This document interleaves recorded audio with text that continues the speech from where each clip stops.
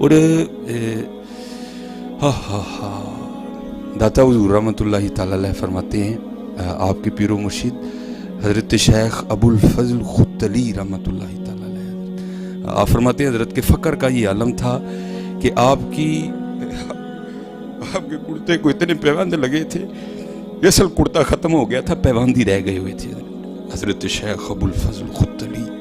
اور میں کہتا ہوں یار کیا ہوں گے ابو الفضل جنہوں نے سید علی بن عثمان اجویری بنائے، حضرت کیا مقام ہوگا۔ تو یہ داتا حضور کشف المعجوب میں لکھتے ہیں اپنے ایک پیر بھائی کے حوالے سے کہ کہتے ہیں مجھے بس کوئی سلسلہ تھا تو میں نماز فجر پڑھنے کے بعد نا تھوڑا میں بیمار ہو گیا، تو حکیم نے کہا کہ وہ پتے لے کے آنے ہیں جن پہ اوس پڑی ہو، جیسے تریل پئی ہو۔ تو کہتے ہیں میں درخت پہ چڑھ کے نا تو پتے توڑ رہا تھا، تو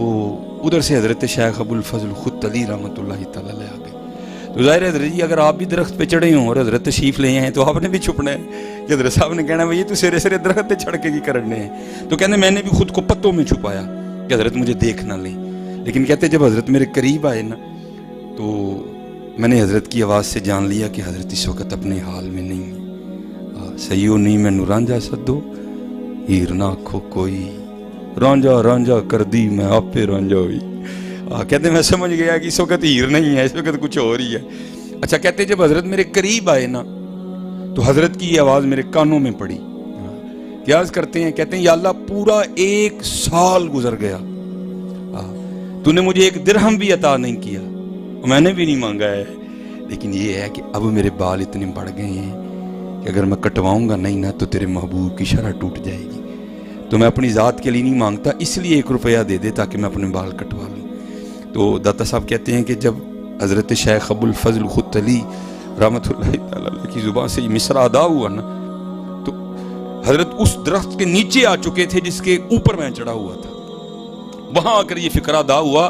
میں اپنی ذات کے لیے نہیں مانگتا، کیونکہ ہمارا مسلک یہی ہے جیو میرے دکھ وچ راضی میں سکھ نو چلے پاواں۔ ہاں حضرت مولا علی مشکل کشا رضی اللہ تعالیٰ عنہ کوفے کے بازار میں تلوار لہراتے ہوئے پوچھ رہے ہیں ہے کوئی علی سے یہ تلوار خریدنے والا؟ اگر علی کے پاس اپنا تیبند خریدنے کے پیسے ہوتے تو علی کبھی یہ تلوار نہ بیچتا حضرت۔ ہاں کیا حضرت پیسے نہیں تھے؟ کلما دخل علیہا زکریا المحراب وجد عندها رزقا قال یا مریم انا لکی ھذا قالت هو من عند اللہ ان اللہ یرزق من یشاء بغیر حساب۔ اگر حضرت مریم کے لیے پھل آ سکتے ہیں تو کیا مولا علی کے لیے تیمد نہیں آ سکتا؟ لیکن کیا تھا جی وہ میرے دکھ وچ راضی میں سکھ نو چلے پاواں حضرت۔ یہ ان کا مسلک ہے حضرت جی۔ وہ کہتے ہیں فکرہ تب ادا ہوا جب میں اس درخت کے اوپر تھا اور حضرت نیچے تھے، یا اللہ میں اپنی ذات کے لیے نہیں مانگ رہا، نہیں مجھے نہیں چاہیے کوئی بھی، جو تیری خوشی ہے وہ میری خوشی ہے، لیکن اب بات ہے تیرے محبوب کی شرح کی، اگر نہیں کٹواؤں گا تیرے محبوب کی شرح ٹوٹے گی، یا اللہ 1 روپیہ دے دے تاکہ میں بال کٹوا لوں۔ کہتے ہیں حضرت نے جب مصرع ادا فرمایا نا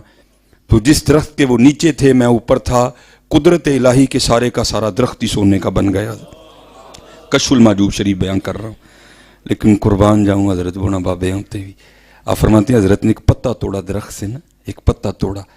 اور پتا ہاتھ میں لے کے آسمان کی طرف منہ کر کے عرض کرتے ہیں